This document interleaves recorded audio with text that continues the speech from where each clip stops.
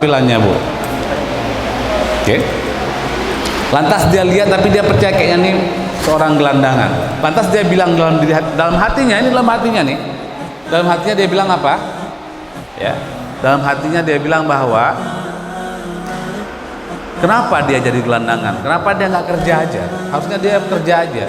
Dia sendiri sih yang salah, dia itu pemalas sehingga dia jadi gelandangan. Dalam hatinya nih, dia bilang dalam hatinya bahwa orang itu adalah orang yang pemalas sehingga dia jadi gelandangan. Udah selesai, lantas dia pulang. Ini orang soleh nih. Orang soleh itu kalau Allah sayang seseorang, ketika Allah sayang sama kamu, ketika Allah sayang sama kita, maka Allah biasanya akan langsung kasih teguran. Kalau kita berbuat kesalahan, langsung diingatkan. Apa peringatan bagi orang soleh ini? Ketika dia tidur malam, dia mimpi. Dia bermimpi. Apa mimpinya? Mimpinya malam itu dia didatangi oleh seseorang yang sangat mulia. Ya. Lantas orang itu menarik tangannya dalam mimpinya. Kemudian dia mengajak lagi orang soleh ini ke masjid. Kemana? Ke masjid. Ke masjid, tempat di mana dia melihat orang yang dia pikir orang gelandangan tadi. Oke? Dia pikir dibawa dalam mimpinya ke situ. Lantas tiba-tiba dia melihat bahwa orang yang berpakaian buruk tadi sedang tidur tadi. Apa katanya? Kata orang mulia ini. Orang ini adalah malaikat mungkin dalam mimpinya. Apa kata orang mulia ini? Dia bilang bahwa dia mendatangi orang tersebut, lantas orang soleh tadi disuruh makan daging orang tadi. Dia berkali-kali makan daging orang ini. Saya nggak bisa makan daging orang, makan daging orang ini, makan daging orang ini. Lantas dia kemudian bangun dari tidurnya. Kira-kira kenapa dia bermimpi seperti itu? Ada yang bisa kasih ini nggak? Ada yang bisa nebak nggak? Kenapa kira-kira dia bermimpi seperti itu? Karena mantap. Siapa nama kamu? Nak? Haikal. Mantap Haikal. Karena dia telah berpikiran buruk kepada saudaranya. Ya. Karena dia belum tahu orang tadi siapa, tapi dia telah berpikiran buruk kepada saudaranya. Sehingga apa? Sehingga malam itu juga Allah ingatkan dia dalam mimpinya, langsung dia ditegur dalam mimpinya karena berpikiran buruk terhadap saudaranya. Lantas keesokan harinya orang tersebut lewat lagi, dia panggil, Pak. Ya Syekh, ya Fulan. Dia pengen datang, pengen minta maaf. Ketika dia bilang Assalamualaikum, Waalaikumsalam, orang tersebut lihat ke belakang dan bilang, apakah kamu termasuk orang yang suka menggunjingkan orang lain? Ternyata orang ini bisa menebak dia pengen bilang apa. Masya Allah. Anak-anak Ustadz yang Ustadz sayangi, Ustadz pengen bilang, kisah ini menunjukkan bahwa berpikiran buruk aja sama tentang orang, kita suuzon aja sama orang, itu udah sebuah hal yang tidak baik. Apalagi kalau kita kemudian mengatakan sesuatu yang buruk kepada orang. Dengar apa Ustaz bilang? Kira-kira Ustaz bilang apa tadi? Berpikiran buruk aja sudah dilarang, apalagi kita mengatakan hal yang buruk atau menghina orang lain. Oke?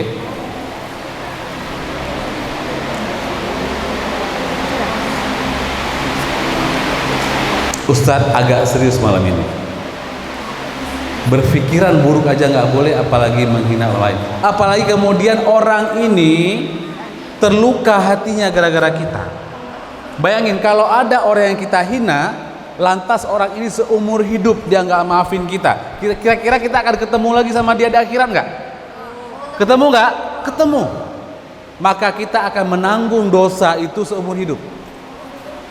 Kalau kalian menghina seseorang dan orang ini kemudian misalnya sakit atau meninggal karena stres gara-gara kalian hina itu. Kalau kalian menghina seseorang, lantas orang ini sakit hati sampai dia jadi orang yang minder seumur hidup, maka seumur hidup itulah kalian menanggung dosanya. Ya, yang putri juga ya, nak ya. Kalau kita menghina orang, lantas orangnya nggak maafin kita, maka seumur hiduplah kita akan menanggung dosa itu. Sampai kalian besar, sampai kalian tua, sampai kalian punya cucu, kalian akan tetap menanggung dosa itu sampai orangnya maafin kalian. Mau nggak gitu? Ustadz tanya lagi, mau nggak seperti itu? Kurang besar. Mau nggak seperti itu? Baik, enggak. Ustadz percaya enggak. Ya, karenanya mulai hari ini Ustadz ditugaskan oleh Ustadz Riza, marilah sama-sama kita membuat peraturan. Mulai hari ini Ustadz, para musyrif, musyrifah ya, Abu Doktor nanti akan buat peraturan bahwa di tempat ini gak ada lagi namanya hina-hinaan, gak ada lagi bully-bulian.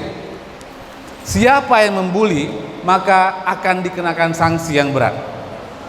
Tapi sanksinya apa Ustadz? Sanksinya nanti kita bicarakan. Kenapa Ustadz? Kenapa perlu sanksi Ustadz? Anak-anak yang Ustadz cintai, ada sebuah teori. Lihat muka Ustadz semua, ini teori penting. Udah lihat muka Ustadz semua? Udah konsentrasi? Oke, dengarkan kata-kata Ustadz. Manusia itu mempengaruhi lingkungannya. Kalau kalian tersenyum sama orang, kalau kalian berbuat baik sama orang, maka orang cenderung akan tersenyum atau berbuat baik kepada kita. Kalau kita berbuat buruk kepada lingkungan, maka lingkungan cenderung juga akan reaksinya buruk kepada kita. Timbal balik. Manusia itu hubungannya timbal balik dengan lingkungan. Kalau kalian pengen jadi orang-orang yang soleh, kalau kalian pengen jadi orang-orang yang baik, maka kita harus pastikan, kita harus berusaha supaya lingkungan kita ini adalah lingkungan yang baik juga. Maka jangan pernah ada lagi bully-bulian. Akibatnya sudah besar akibatnya. Selama Ustadz di sini aja, Ustadz udah nangani beberapa orang teman kalian, ya, yang minder, yang kecewa, yang patah hati, yang pengen keluar dari sini. Mau nggak kalian teman-teman kalian keluar dari sini semua? Mau? Bayangin nak, bayangin. Dengar kata-kata Ustadz nih. Bayangin kalau ada orang yang keluar dari sini gara-gara kalian, gara-gara kata-kata kalian, maka seumur hidup dosa itu kalian tanggung. Apa kata Quran? Wallahu la yahdil qaumuz zalimin. Allah itu nggak akan memberi petunjuk kepada orang yang zalim. Bayangin kalau Allah itu nggak suka sama kita gara-gara kita hina-hina orang, ya. Jadi mulai hari ini insya Allah kita akan mulai bikin peraturan. Nanti Abu Doktor, Ustadz Riza, ya, dan Ustadz para muslim-muslimah akan membuat peraturan dan akan mensosialisasikan kepada kalian. Ustadz, sanksinya berat Ustadz. Anak-anak yang Ustadz sayangi, sanksinya akan dibuat. Sanksi itu dibuat supaya nggak dilanggar. Ya, sanksi itu akan dibuat supaya nggak dilanggar. Supaya apa?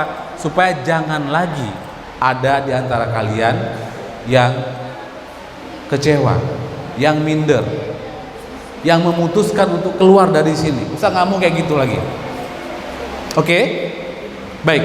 Malam ini Ustadz pikir itu dulu. Maka malam ini Ustadz nggak pakai papan tulis. Kenapa? Karena Ustadz pengen sharing sama kalian betapa besar akibatnya dari bully-bulian, betapa besar akibatnya dari pukul-pukulan. Mungkin kalian iseng, ada orang yang hidungnya besar, kalian bilang hidungnya kayak gajah, ya. Ada orang yang kakinya pendek, kalian bilang kakinya kayak kaki meja misalnya. Buat kamu tuh cuma kata-kata sederhana, tapi bagi dia itu akan diingat seumur hidupnya. Jadi di Dar Fakih Qurani kita sepakat bahwa di sini nanti mulai tahun ini, ya, habis Syawal ini kita akan menerapkan sistem anti bully beserta konsekuensinya. Ustadz cuman pingin ngomong itu aja malam ini. Nah, selamat datang kembali. Tuntutlah ilmu sebanyak mungkin karena kalian ini adalah orang-orang yang mulia. Orang-orang yang mulia, orang-orang yang mulia, orang-orang yang mulia. Maka orang-orang yang mulia harus berada tetap di jalur kemuliaannya. Jangan corengi, jangan coreng, jangan hancurkan kemuliaan kalian dengan kata-kata yang tidak baik. mulutmu harimau, ya. Jangan dilepas mulut kita. Tahan mulut kita. Kalau kita pengen menghina, tahan mulut kita. Kenapa? Karena mulut kita ini harimau. Dia bisa terkam orang lain, dia juga bisa menerkam kita kalau kita salah ngomong. Oke? Baik, udah waktunya Ustadz pikir kalian makan malam, ya. Ustadz akhir dengan wabillahi taufik wal hidayah. Wassalamualaikum warahmatullahi wabarakatuh.